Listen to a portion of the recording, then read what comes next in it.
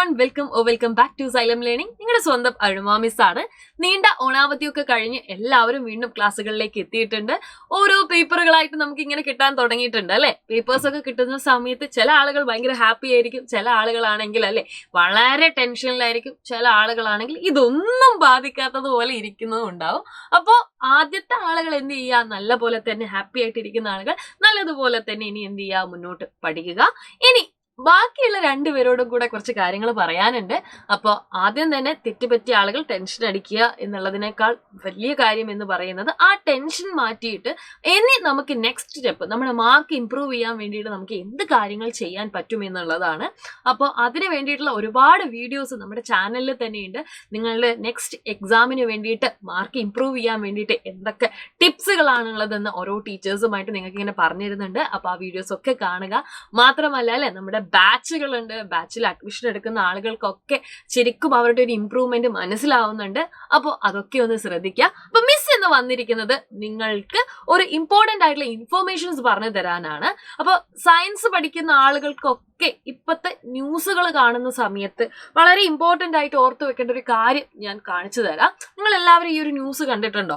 Amoebic മസ്തിഷ്ക ജ്വര ഭീതി, പെൺകുട്ടി മരിച്ചതിന് പിന്നാലെ സഹോദരനും ലോകരക്ഷണങ്ങൾ അല്ലെ. അപ്പോൾ അമീബിക് മസ്തിഷ്ക ജ്വരം, അമീബിക് മെനിഞ്ചിറ്റിസ് എന്ന് പറയുന്ന ഒരു രോഗത്തെ കുറിച്ചുള്ള വാർത്തകൾ ഇപ്പോൾ നമ്മുടെ ന്യൂസ് ചാനലുകളിൽ വളരെയധികം വന്നുകൊണ്ടിരിക്കുന്നുണ്ട്. അപ്പൊ കേരളത്തിലുള്ള അവസ്ഥയാണ് ഈ പറഞ്ഞുകൊണ്ടിരിക്കുന്നത്. നമ്മുടെ കോഴിക്കോടും തിരുവനന്തപുരത്തും ഒക്കെയാണ് റിപ്പോർട്ട് ചെയ്തിരിക്കുന്നത്.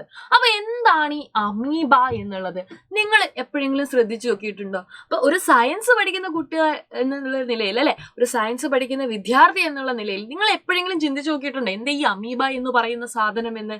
അറിഞ്ഞു നോക്കാം നമുക്ക് എന്താണ് ഈ അമീബ എന്നുള്ളത്.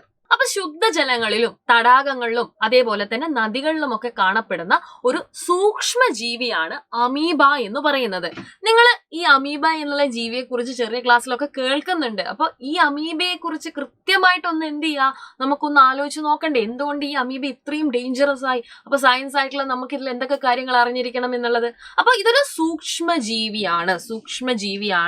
യൂണിസെല്ലുലാർ ആണ്. എന്താ പറഞ്ഞിരിക്കുന്നത്? യൂണിസെല്ലുലാർ എന്ന് പറഞ്ഞാൽ ഒറ്റ കോശം മാത്രമേ ഉണ്ടാവുകയുള്ളൂ അല്ലെ. യൂണിസെല്ലുലാർ ആയിട്ടുള്ള ഒരു ഓർഗാനിസം ആണ്.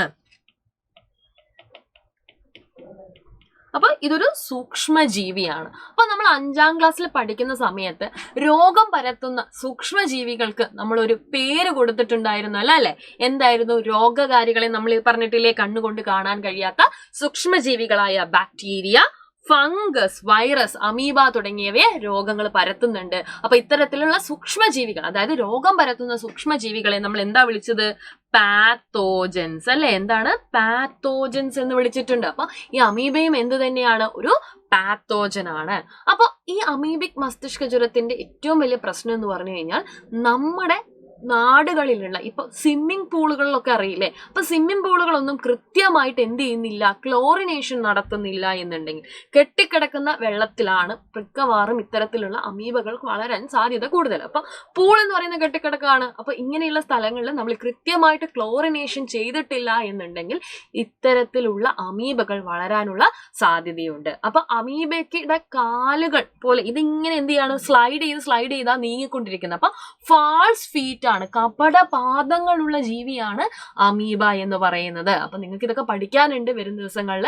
അപ്പൊ ഈ കപടപാദങ്ങളുള്ള അമീബയാണ് ഇത്രയും വലിയ രോഗമായിട്ടുള്ള ബ്രെയിൻ ഈറ്റിംഗ് ഡിസീസസ് എന്നാണ് ഈ മെനിഞ്ചിറ്റിസ് നമ്മൾ വിളിക്കുന്നത്. അതായത് തലച്ചോറിൽ ഉണ്ടാവുന്ന അണുബാധയാണ് അമീബിക് മെനിങ്കോ എൻഫെഫലൈറ്റിസ് എന്നാണ് ഈ ഒരു അണുബാധയെ നമ്മൾ പറയുന്നത്.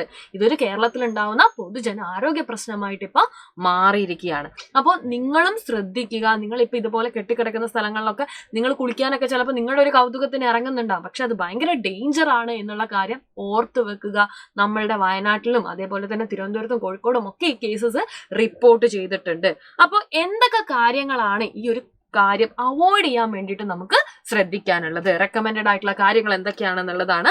അവോയ്ഡ് കണ്ടാമിനേറ്റഡ് വാട്ടർ, കെട്ടിക്കിടക്കുന്ന വെള്ളങ്ങൾ, മലിനമായിട്ടുള്ള വെള്ളങ്ങൾ, ഇവിടെ ഒന്നും എന്ത് ചെയ്യരുത്, അവിടെ ഒന്നും പോയി കളിക്കരുത്. ചിലപ്പോൾ ആളുകൾക്ക് അല്ലെ നല്ല കൗതുകം കൂടുന്നത് കൊണ്ട് തന്നെ ഈ കെട്ടിക്കിടക്കുന്ന വെള്ളത്തിൽ പോയി കളിക്കാനൊക്കെ ഭയങ്കര താല്പര്യമായിരിക്കും. അപ്പൊ അതെന്ത് ചെയ്യുക, നിർബന്ധമായിട്ടും അവോയ്ഡ് ചെയ്യുക. അതേപോലെ തന്നെ അല്ലെ നേസൽ ഹൈജീൻ, ഈ മൂക്കിന്റെ ഹൈജീൻ. കാരണം നമ്മൾ വെള്ളത്തിൽ ഇറങ്ങിക്കഴിഞ്ഞാൽ ഈ മൂക്കിനകത്തൊക്കെ എന്ത് ചെയ്യും, വെള്ളം കയറും അല്ലെ. അപ്പൊ നിങ്ങളോട് പറയുന്നത് use sterile or boiled and cooled water when clean your nose for nasal irritation. അപ്പൊ നേസൽ ഇറിറ്റേഷൻസ് തോന്നുകയാണെങ്കിൽ അപ്പൊ തന്നെ എന്ത് ചെയ്യുക, നല്ല പോലെ ഈ പറയുന്ന കാര്യങ്ങൾ നിങ്ങൾ എൻഷുർ ചെയ്യുക. വാട്ടർ പ്യൂരിറ്റി, നിങ്ങളുടെ സ്വിമ്മിംഗ് പൂളുകൾ കൃത്യമായിട്ട് പ്യുവർ ആണോ എന്നുള്ളത് ശ്രദ്ധിക്കുക. അപ്പൊ പൈസ കുറവാണെന്നുണ്ട് ചില ആളുകളൊക്കെ ഒരു ക്വാളിറ്റി ഇല്ലാത്ത വാട്ടർ തീം പാർക്കിലും അല്ലെങ്കിൽ വാട്ടർ പൂളുകളിലേക്കൊക്കെ ഇറങ്ങുന്നുണ്ട്. നിങ്ങൾ കൃത്യമായിട്ട് എൻഷുർ ചെയ്യുക അവിടെയൊക്കെ കൃത്യമായിട്ട് ക്ലോറിനേറ്റഡ് ആയിട്ടുള്ള വാട്ടർ തന്നെയാണോ യൂസ് ചെയ്യുന്നത്. കാരണം എന്താ പ്രശ്നമാണ് അല്ലെ, ക്ലോറിനേഷൻ പ്രോപ്പറായി നടത്തിയില്ലെന്നുണ്ടെങ്കിൽ ഈ ഒരു അണുബാധ മാത്രമല്ല പലതരത്തിലുള്ള അണുബാധകൾ ഉണ്ടാവാൻ സാധ്യതയുണ്ട്. ക്ലിയർ അല്ലേ? Yes, okay. അതുപോലെ തന്നെ ഇങ്ങനത്തെ ഇൻഫെക്ഷൻസ് ഒക്കെ ഉള്ള ആളുകൾ എന്ത് ചെയ്യുക, എക്സ്ട്രാ കോഷ്യസ് ആയിട്ടിരിക്കുക. കാരണം എന്തെങ്കിലും അണുബാധ ഓൾറെഡി ഉണ്ട് അല്ലെങ്കിൽ എന്തെങ്കിലും മുറിവുകൾ ഉണ്ട് എന്നുണ്ടെങ്കിൽ അല്ലെ, നിങ്ങൾ എന്ത് ചെയ്യുക, മാക്സിമം ഇത്തരം സ്ഥലങ്ങളിൽ നിന്നൊക്കെ വിട്ടു നിൽക്കുക എന്നുള്ളതാണ് പറയുന്ന കാര്യം. ഓക്കെ, അപ്പോൾ നിങ്ങളുടെ പൊതുജന ആരോഗ്യവുമായിട്ട് ബന്ധപ്പെട്ടൊരു കാര്യമാണ്. നമുക്കെല്ലാം പലപ്പോൾ അല്ലെ ഭയങ്കര ഫണ്ണായിട്ട് തോന്നിയിട്ടായിരിക്കും നമ്മൾ ചെയ്യുന്നത്. പക്ഷെ പലപ്പോഴും ഇത്തരം കാര്യങ്ങൾ വലിയ രീതിയിലുള്ള പ്രത്യാഘാതങ്ങൾ ഉണ്ടാക്കാറുണ്ട്. അപ്പൊ അമീബ എന്ന് പറയുന്ന ഈ പാത്തോജൻ വലിയ രീതിയിൽ നമ്മൾ ഓൾറെഡി 5ാം ക്ലാസ്സിലൊക്കെ പഠിച്ചിട്ടുണ്ടല്ലേ എന്താണ് രോഗകാരി എന്നുള്ളത്. So amoeba is A pathogen. അപ്പൊ അമീബയെ കുറിച്ചുള്ള കാര്യങ്ങളാണ് മിസ് ഇപ്പൊ ഇവിടെ പറഞ്ഞിരിക്കുന്നത്. അപ്പൊ ഇതുപോലത്തെ ഇൻഫോർമേറ്റീവ് വീഡിയോസ് ആയിട്ട് നമുക്ക് വീണ്ടും കാണാം. Until then bye.